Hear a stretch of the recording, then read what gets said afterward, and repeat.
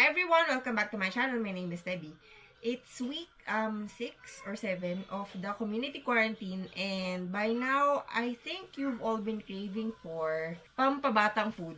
So, I'm gonna show you how we make our Bourbon Sana famous sisig.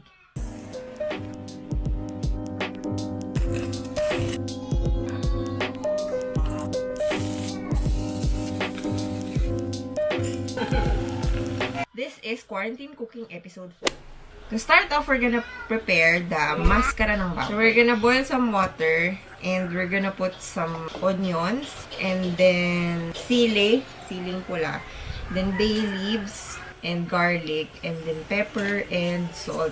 Then, pag kumukulo na, let's put the mascara ng baboy or liempo or any parts na gusto nyo gamitin for your sisig. So, after na siyang maboil, siguro about 1 hour, iihaw naman siya, charcoal grill. Tapos, hintayin natin na ma-crispy talaga yung mga balat niya. Medyo siguro mga 40 minutes din siya na iniihaw before niya ma-achieve yung crispy na balat. Yung balat muna yung naka-face dun sa mismong charcoal para siya yung mag-crispy agad. And then, pag okay na yung ihaw, here comes the medyo madugong part. Pag nagbo-boil ka pala, pag malapit nang matapos yung binoboil mo, maglagay ka ng atay ng chicken.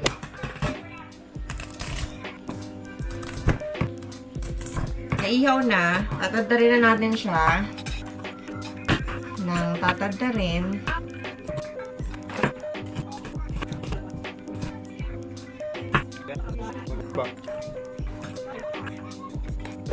Nang tatadtarin.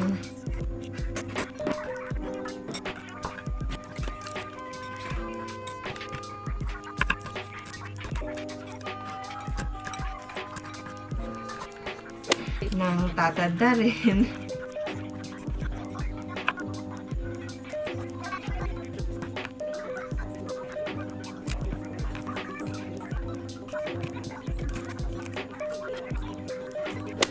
Nang tatadtarin. So, napaka-labor of love nitong paggawang sisig na to. Pagka natikman nyo naman, super worth it naman. Talagang kinakanilan siya.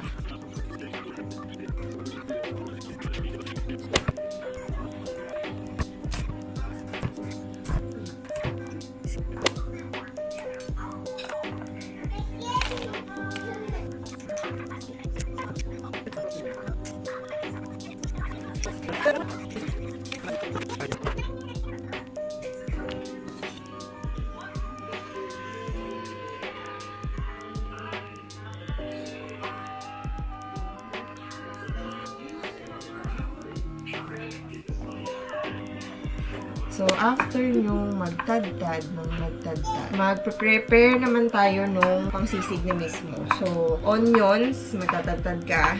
And then, kalamansi. Madaming kalamansi. Siyempre, sasalain mo. Alam mo naman, makain mo yung buto sis. Di, pait nun. And then, sili. Yung siling green. Yung iba, pwedeng mong isama yung buto. Pero kung ayaw mo na maanghang, pwedeng alisin mo na lang. Tapos, after nun, yung siling red naman, ganun din, pwedeng tanggalin mo yung buto kung hindi ka masyado mahilig sa maanghang. And then, pag sama-samahin mo sila sa isang bowl, yung onion, yung sili, tapos yung tinadad mo na maskara ng baboy and yung atay. Then, after that, titimplahan mo siya ng salt and pepper. Tapos, ilalagay mo na yung kalamansi na piniga mo kanina. And then, yung nor na liquid seasoning. And then, halu-haluin mo lang siya. Medyo matagal din to dahil ang dami nila And then, sa cast iron pan or sizzling, lagay ng butter. Pagka melted na yung butter, lagay nyo na yung mixture ng sisig. Lagay kayo ng mayonnaise. Tansyahin nyo na lang. And then, mix.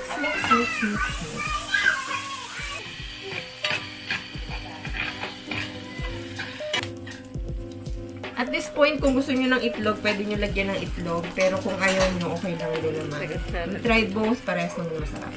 And then, hintay lang kayo ng konti para maging crispy ulit siya. And then, ready to serve! So, So that is it for my video of the Berbensana famous sisig. You can try it yourself. Tag me on Instagram if you try to do it at DB Villanueva.